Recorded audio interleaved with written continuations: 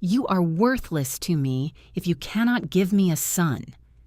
Lavinie Augustin had had enough. The argument that had been burning between them suddenly meant nothing. Every word said before that moment evaporated. There was only this, only those 11 words hanging in the air between them like smoke. She looked at her husband, really looked at him. He was still standing across the room, chest heaving, jaw tight. And for one brief moment she saw something flicker behind his eyes. The recognition of what he had just said. The instant regret. His mouth opened slightly like he was already reaching for the words to pull it back. She didn't give him the chance. Is that why you have been seeing other women behind my back? Her voice came out low and steady in a way that scared even her. The ones who can give you what you so desperately need? The room went completely silent. Whatever Tae-yang had been about to say died in his throat. He stared at her. The regret on his face shifted into something else entirely. Confusion, genuine and total. What? What women?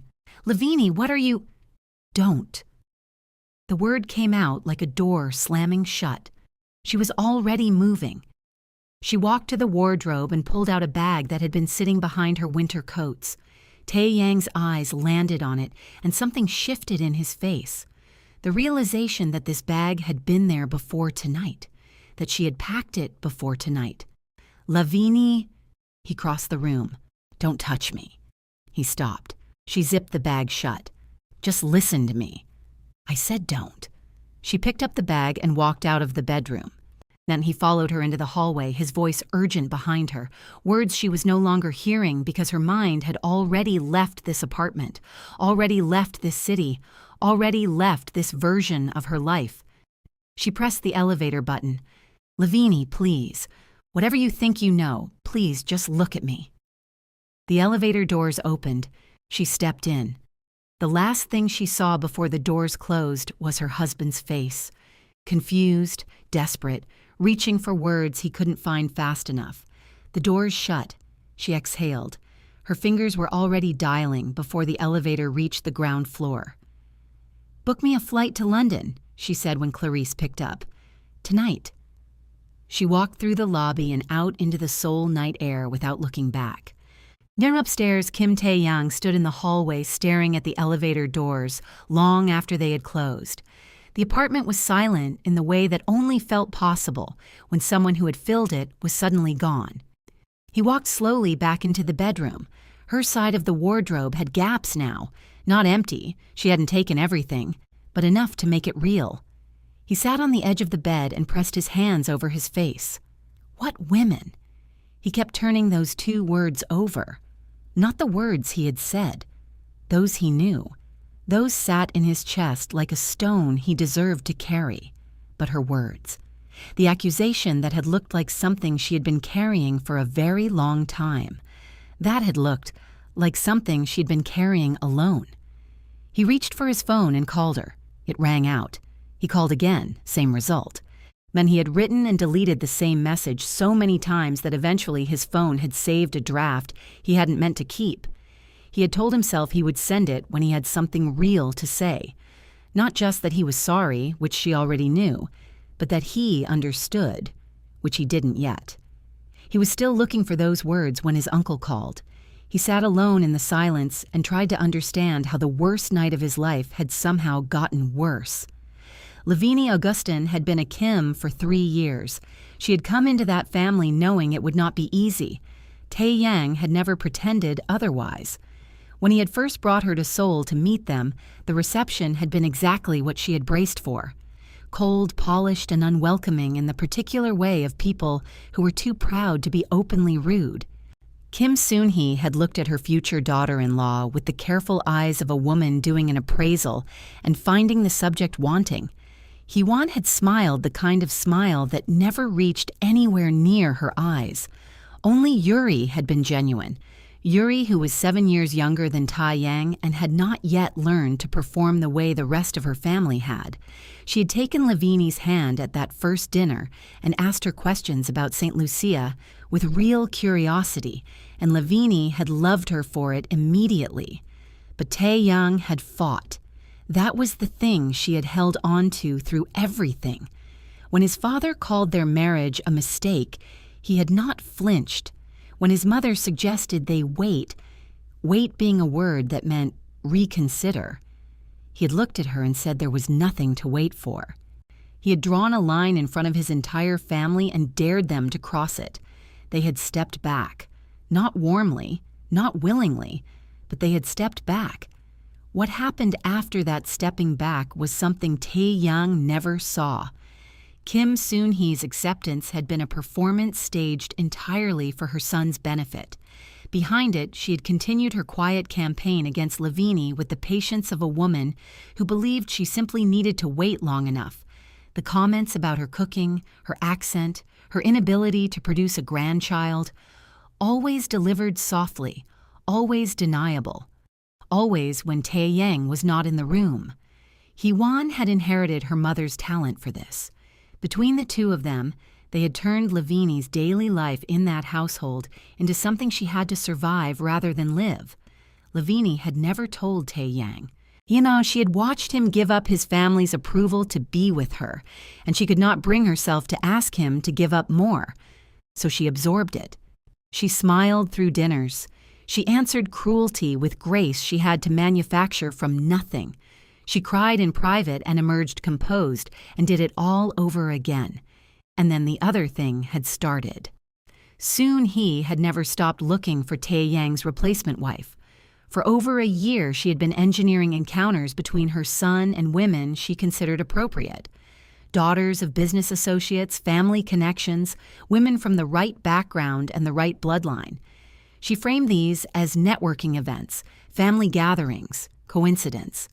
Tae-yang moved through them without a second thought, because to him they were exactly what they appeared to be. He never mentioned them to Lavinie because there was nothing to mention. But soon he and Hee-won made sure Lavinie found out. Not the full picture, just enough. A photograph passed through the right hands, a comment dropped with practiced concern, half a story told in a sympathetic voice that made it sound like someone doing her a kindness. They had fed her suspicion slowly and deliberately, and Lavinie, already exhausted, already isolated, already carrying more than anyone knew, had not had the strength to disbelieve it. She had never confronted Tae-yang. She had told herself it was because she needed more certainty. But the truth was simpler and sadder than that. She was afraid of what his answer might be, so she had carried it the way she carried everything, quietly, alone, with a composed face and a breaking interior. On until last night when 11 words had cracked everything open. She landed in London on a gray morning and took a cab directly to her mother's house. Marlène Augustin opened the door before she had even reached the top step. She looked at her daughter. The single bag, the hollow eyes, the careful way she was holding herself together, and said nothing. She simply opened her arms and Lavinie walked into them, and that was where 3 years of carefully maintained composure finally came apart completely. Marlène held her and asked nothing. Not yet. She understood instinctively that there was an order to these things. First you let someone fall apart, then you let them breathe, then, and only then, do you ask them to put it into words. Later, she would hear everything. Later, she would sit across from her daughter at the kitchen table and listen with the particular stillness of a mother trying very hard not to say what she actually thought. Later, she would form her own quiet conclusions about Kim Tae-yang and what kind of man said what he had said to a woman like her daughter. But that was later. For now, she just held her child and let her cry. The divorce papers were filed within days of her arrival. It was the kind of decision that surprised even the people who knew her well, not because it was wrong, but because of how quickly and cleanly she had made it. Lavinie had always been the kind of woman who thought 3 steps ahead before she moved one. The bag she had packed weeks before she used it told that story well enough. By the time she said enough, she'd already been preparing for it. And the filing was not impulsive. It was the last step of a decision that had been assembling itself quietly for a very long time. The papers reached Tae-yang's office 3 days after she left. She knew because her lawyer confirmed delivery. She did not know, could not have known, what was happening in Seoul at the same time. She did not know that the morning her papers arrived at his office was the same morning his father collapsed. She did not know that Kim Tae-ho was dead before noon. She did not know any of it. What she knew was that her phone stayed silent, that the man who had once boarded flights across the world just to spend a weekend with her could not find a way to call. Every day of silence, she interpreted the only way she could with the information she had, as confirmation, as guilt. And there was a man who had already moved on to the life his family had always wanted for him. She did not know she was wrong. She found out she was pregnant 4 weeks after she arrived in London. She sat in her mother's bathroom for a long time after the test confirmed it. Then she went to a clinic and sat in a waiting room and answered questions in a steady voice that did not match anything happening inside her. When the doctor told her it was twins, she heard the words clearly and understood them completely and felt absolutely nothing for approximately 30 seconds. Then she felt everything. She drove back to her mother's house. She sat Marlene down. She told her. Marlene's hand flew to her mouth. Her eyes filled and spilled immediately. She reached across and took both of Lavinie's hands in hers and held them with the fierce grip of a woman who wanted her daughter to feel that whatever came next, she would not be facing it alone. Lavinie looked at their joined hands and thought about Tae-yang. She thought about the man she had married and the family she had tried so hard to belong to, and the life she had built inside someone else's world, only to watch it come apart. She thought about her children, 2 of them, already, before she had even caught her breath, growing quietly inside her while their father said nothing. She straightened her back. She had been raised by a woman who had done harder things with less. Whatever this was going to ask of her, she would find a way to answer it. She was Lavinie Augustin. She always did. Tae-yang did not sleep that night. He sat in the bedroom long after the city outside had gone quiet, turning his phone over in his hands, reading her unanswered messages back to himself like they might eventually say something different. The wardrobe was still open. He couldn't bring himself to close it. He was still sitting there when his phone rang at 6:42 in the morning. It was his uncle. His father had collapsed in the night. By the time Tae-yang reached the hospital, there was nothing to be done. He stood in that hospital corridor and felt 2 griefs occupying the same space inside him and did not know what to do with either of them. He did not cry. There was no time to cry. By the time he left the hospital, his phone had already filled with missed calls, and his assistant was waiting outside with a list of things that needed immediate attention.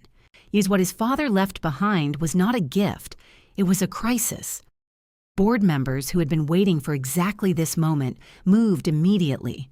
Legal structures that had existed only in his father's understanding needed to be untangled from scratch.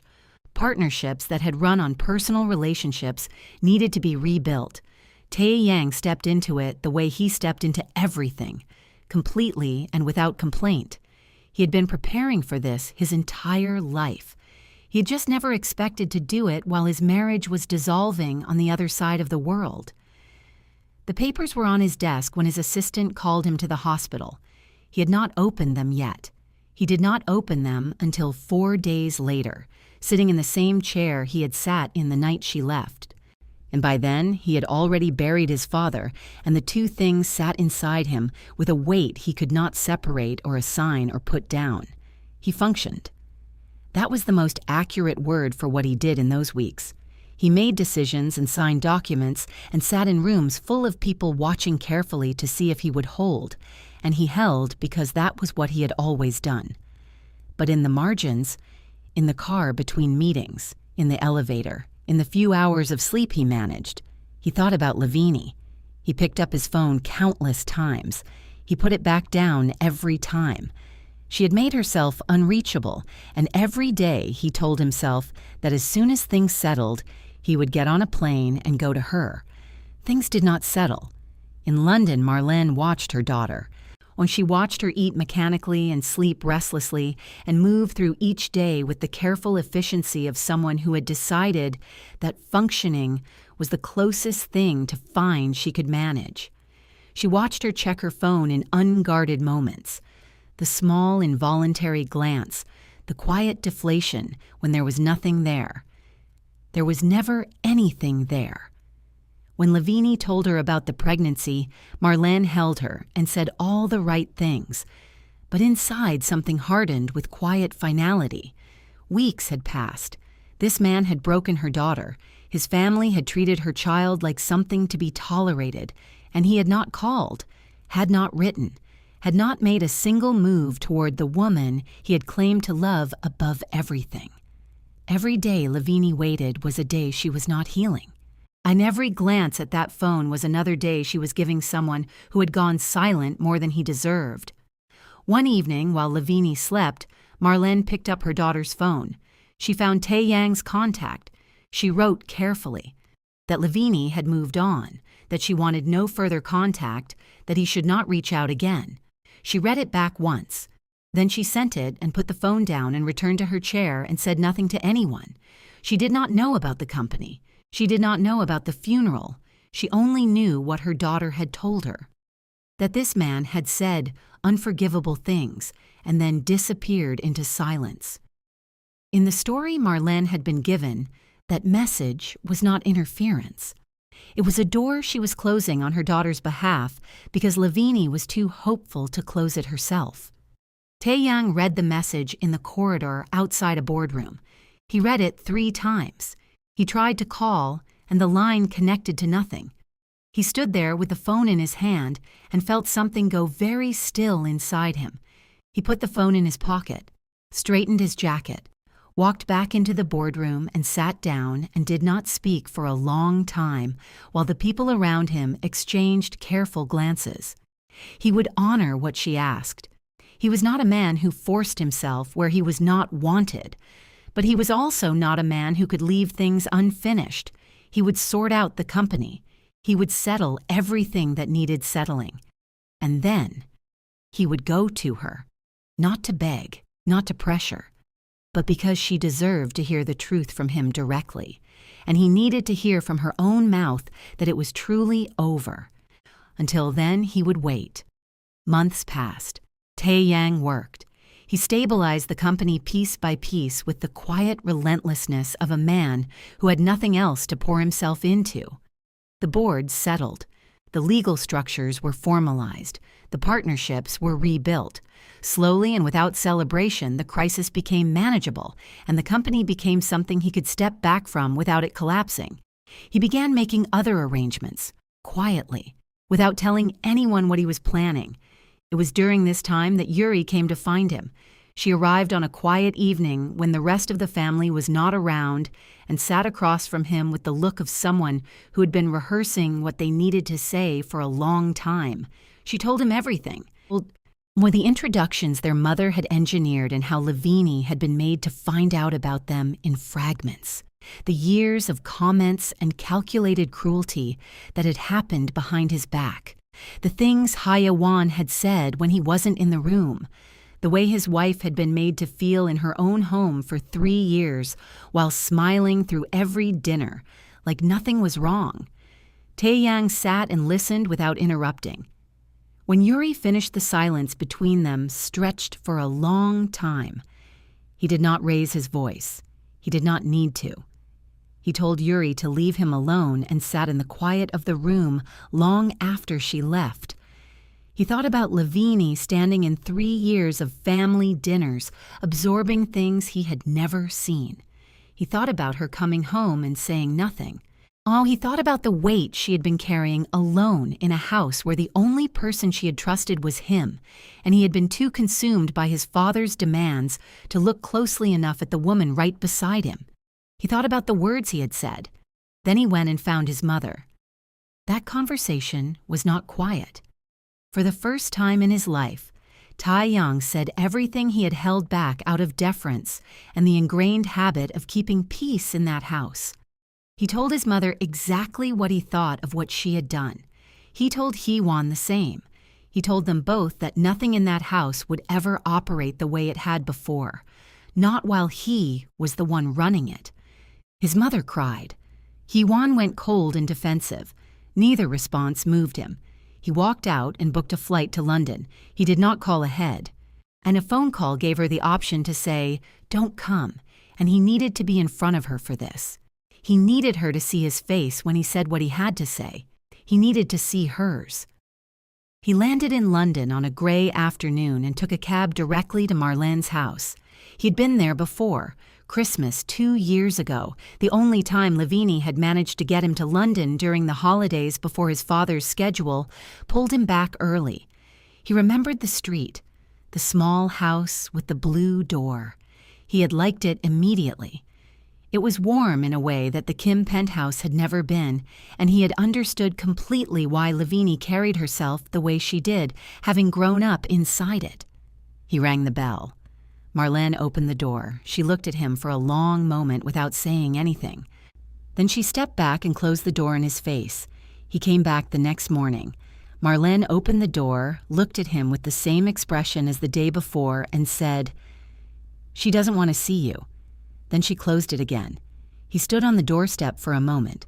Then he walked across the street and sat on the low wall opposite and stayed there for 2 hours before he left. He came back the day after that. This time, Marlene didn't open the door at all. He stood on the doorstep and spoke to the closed door instead. He said he wasn't there to cause trouble, that he just needed 10 minutes, that he would keep coming back until she gave him that much, because there were things she deserved to hear that she hadn't been told, and he was not leaving London until she heard them. Then he left. Now Lavinie had watched him from the upstairs window. She had not meant to. She had been crossing the landing when she saw him sitting on that wall. Coat collar turned up against the London cold, hands in his pockets, not on his phone, not doing anything except sitting there, just present, just waiting. She stood at the window longer than she intended to. She told herself it meant nothing, that persistence was not the same as sincerity, that a man who had put her through what she had been through did not get credit for showing up on a doorstep months later when the damage was already done. She told herself all of this clearly and firmly, and then went back to her room and lay on her bed and stared at the ceiling. Her children shifted inside her as if they had an opinion about it, and she pressed her hand flat against her stomach and said nothing. He came back a 4th time, and a 5th.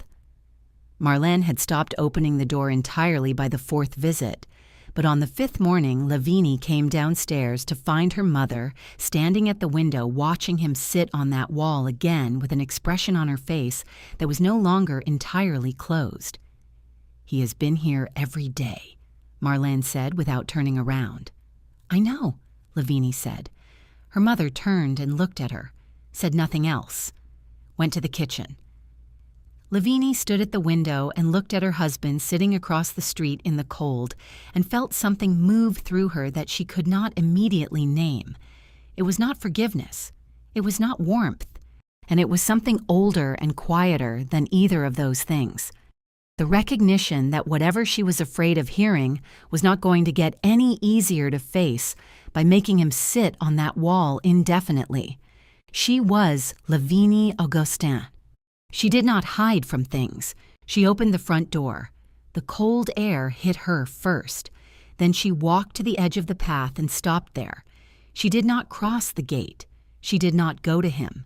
She simply stood at the top of the path with her arms folded across her heavily pregnant stomach and looked across the street. He saw her the moment she appeared. He stood up from the wall, and then he stopped. She watched it happen in real time. The way his body went completely still the moment he saw her. Not just her face, her, all of her. The way she looked now after months of him not seeing her.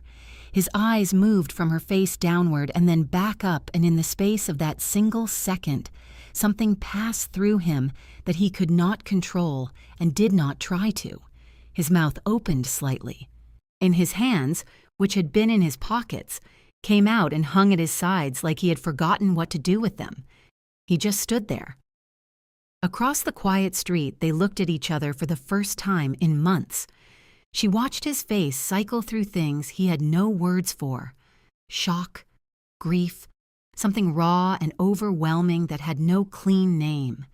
And she felt her own carefully constructed composure develop a hairline fracture she would have to deal with later. She had not expected that. She had expected him to be composed. He was always composed. It was one of the things she had loved about him, and one of the things that had sometimes made her feel completely alone. But standing across that street in the gray London cold, he looked like a man who had just had the ground shift permanently beneath him and had no interest in pretending otherwise. She pressed her lips together. 5 minutes, she said across the quiet street. Her voice came out steadier than she felt. Come back tomorrow. 5 minutes. She did not wait for his response. She turned and walked back inside and closed the door behind her and stood in the hallway with her back against it and her hand pressed flat against her stomach and her eyes closed. Outside, she could not see him anymore, but she knew he was still standing there. Tae-yang did not move for a long time. He stood on the pavement beside that wall and looked at the closed blue door and tried to locate the version of himself that had rehearsed this. Now the one who had known what to say, who had organized his words on the flight over and gone through them quietly in the cab and been ready. That version of him had not accounted for this.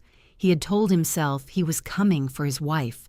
He had known she would be changed. He had prepared for her anger and her coldness and her composure and her silence. He had prepared for all of it. He had not prepared for her to open that door and be carrying his child. He sat back down on the wall because his legs had made the decision before his mind did. He pressed both hands over his face and sat there on that cold London street and breathed, just breathed. She was pregnant. She had been pregnant this entire time, through all of it. The silence, the months, the message he had received and respected, and all the days he had told himself he would go to her when things settled. She had been carrying his child alone. He pressed his hands harder against his face. He sat on that wall for a long time after she went inside, long enough for the cold to work its way through his coat, long enough for the street to go quiet around him, long enough to feel the full weight of what the past months had actually cost, not in the abstract way he had been carrying it, but in the concrete, undeniable, irreversible way of a woman standing in a doorway with his child inside her, while he had been on the other side of the world. He had said he would come when things settled. He should have come sooner. She lifted her chin.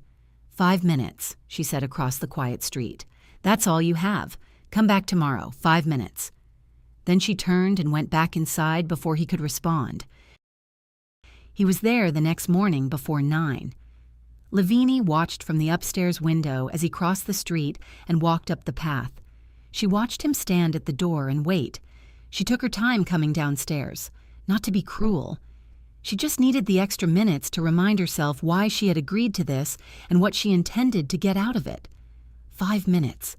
She would hear what he had to say, and then she would know, and then she could move forward without the weight of not knowing sitting on her chest every time she tried to breathe. She opened the door. He looked at her and then looked at her stomach, and something moved across his face that he didn't manage to hide in time. She watched him process it, the size of her, and the reality of it, and she felt a complicated satisfaction at his shock that she did not examine too closely. "Come in," she said flatly. She did not want to have this conversation on the doorstep where the neighbors could watch. Marlene was in the kitchen. She did not come out, but Lavinie knew she was listening to every word and found comfort in that. She sat across from Tae-yang in the small sitting room and folded her hands in her lap and looked at him with the expression she used in boardrooms when she wanted someone to understand that she was not going to be managed. 5 minutes, she said. Talk. He looked at her for a moment. Then he began. He told her about his father, that the call had come the morning after she left, that he had buried him and walked straight from the funeral into a company in crisis that only he could hold together, that every day he had wanted to come to her, and every day something pulled him back under, that he had tried to call and reach her, and when he received her message telling him not to contact her again, he had respected it because it was the only thing left he could give her.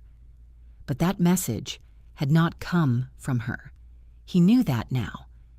Lavinie went very still. "My mother sent that message," she said.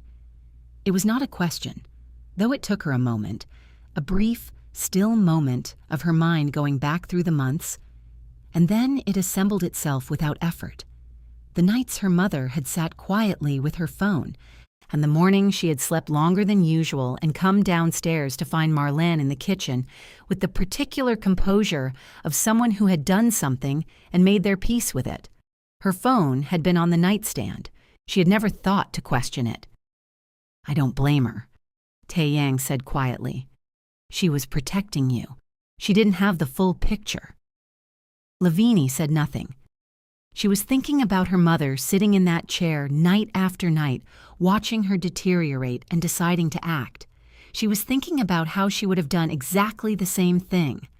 "The women," she said, "the ones your mother kept introducing you to." "I didn't know she was making sure you found out about them," he said. "To me, they were irrelevant. There was never anyone else. There has never been anyone else." He held her gaze steadily. "Whatever you were shown or told was constructed to look like something it wasn't. Yuri told me everything, what my mother did, what he once said to you, all of it." The silence in the room stretched. Lavinie looked at her hands. She thought about 3 years of dinners and comments and carefully delivered cruelties and the effort it had taken to absorb all of it without letting it show on her face. She thought about how alone she had been in that house, how completely and unnecessarily alone. "You should have seen it," she said, not accusatory, just honest. "Yes," he said, "I should have. I didn't look closely enough, and I should have.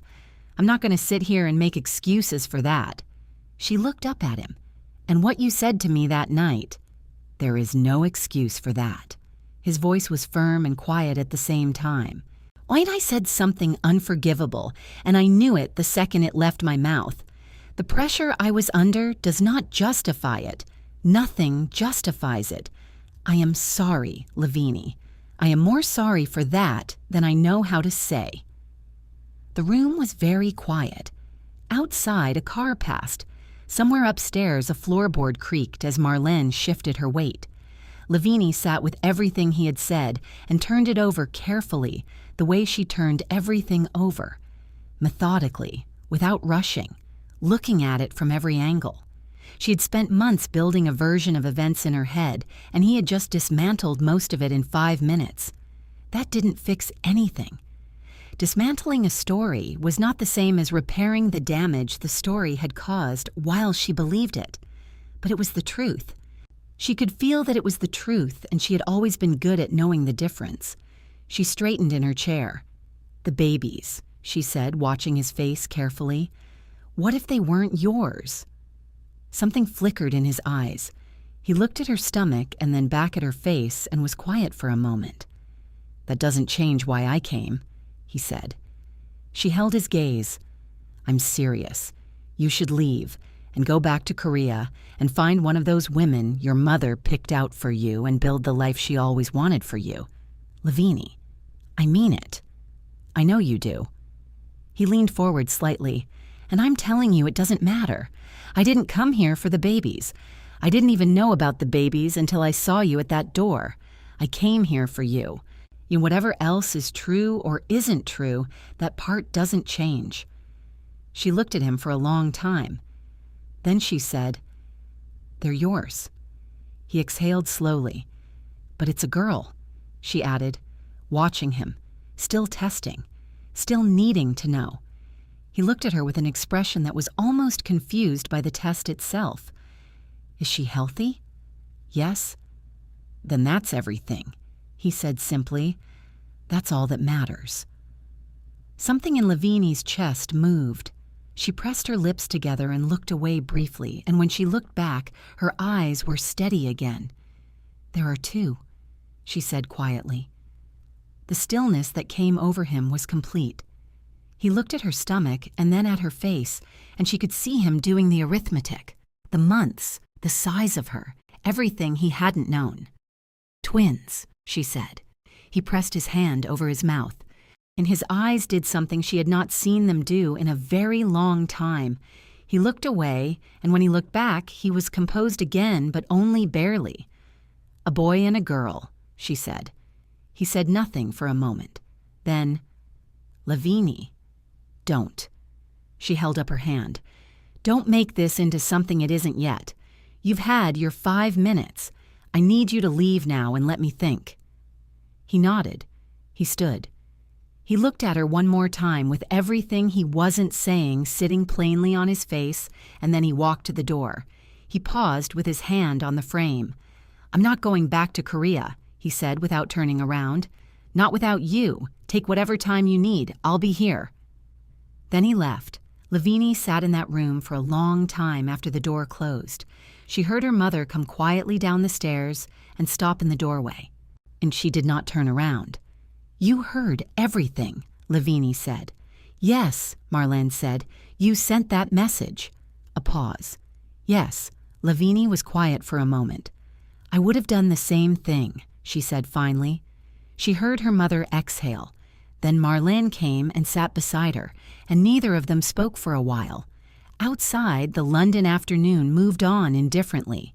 Inside that small sitting room, 2 women sat with the weight of months of decisions made in the dark with incomplete information, and the particular exhaustion of people who had been trying their best and known it wasn't enough.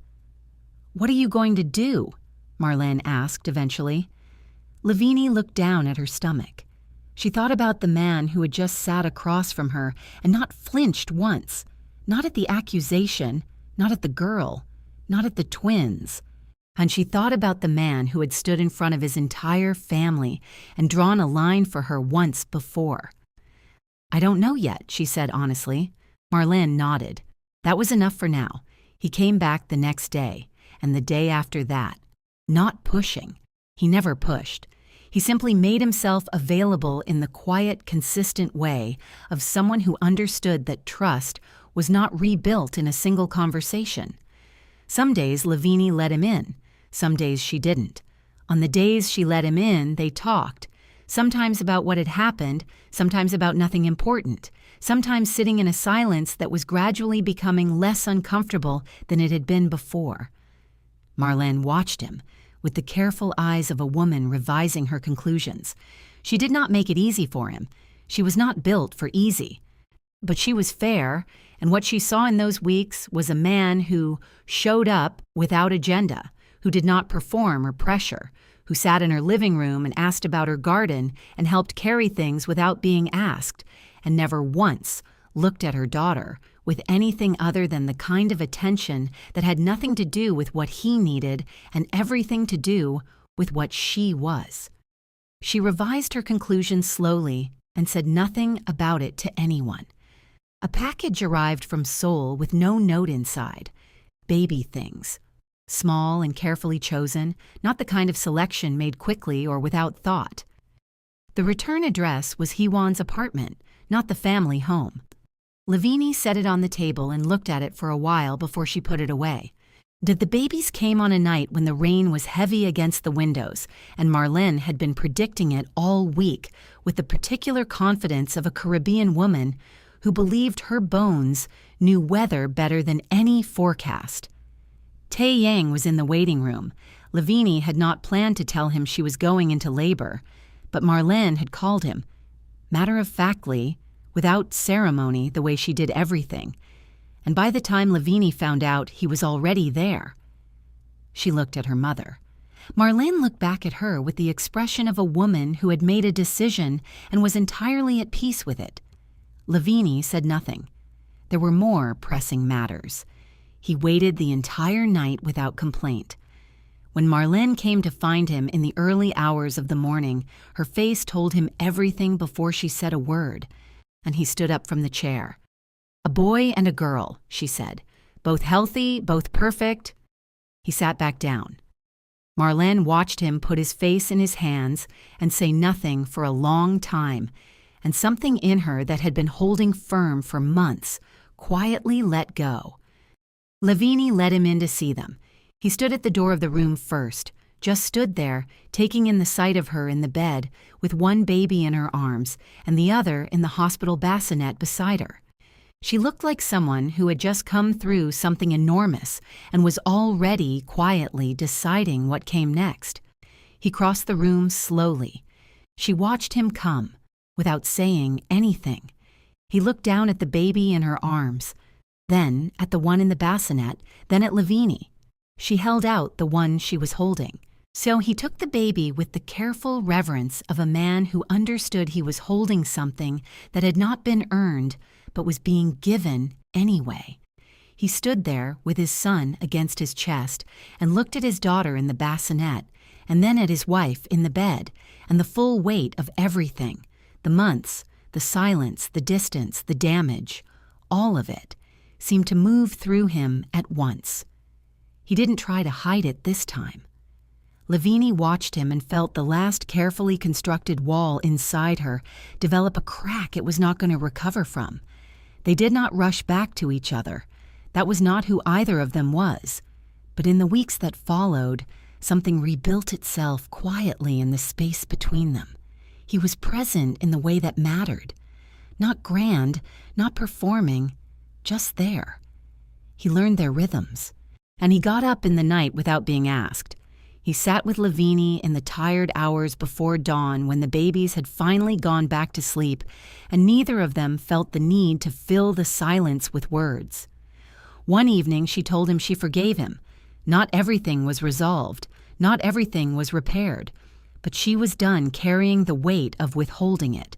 He received it the way he received most things from her, quietly, completely, like something he intended to honor for the rest of his life. His mother called, then called again. Hyewon called, then Yuri called and cried through the entire message and made Lavinie smile despite herself. She let the calls sit for a while. Then, one evening, she listened to all of them, back to back. Now, the apologies were imperfect and halting, and in Soon-hee's case, clearly uncomfortable. She was not a woman built for humility, and it showed, but they were real. Lavinie had spent enough years reading people in boardrooms to know the difference between performance and the genuine article. She called Yuri back first. Then, eventually, she called Soon-hee. It was not a warm conversation. It was not meant to be. But it was honest, and it was a beginning, and Lavinie had always believed that beginnings, however difficult, were better than permanent silence. The decision to return to Korea was hers. Tae-yang had meant what he said. He had arranged to manage the company remotely, had set up structures that didn't require his daily presence, had made clear in every way available to him that London was where he intended to stay. Then he did not raise the subject of returning. He left it entirely in her hands. She raised it herself on a quiet Sunday morning while the babies slept. "I'm not going back to be tolerated," she said. "You won't be," he said. "I mean it, Tae-yang. If I go back, it is as your wife.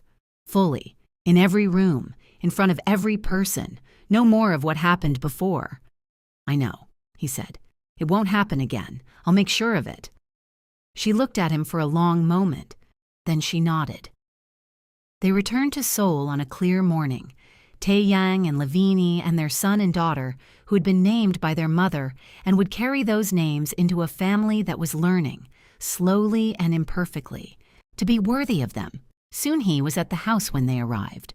When she stood in the entrance with the careful posture of a woman who had prepared herself for this moment and was finding it harder than she expected. She looked at Lavinie, really looked at her. And for the first time in 3 years, there was no calculation in it. Just a woman looking at her son's wife and seeing, perhaps for the first time, what she had spent years trying to diminish. She looked at the babies.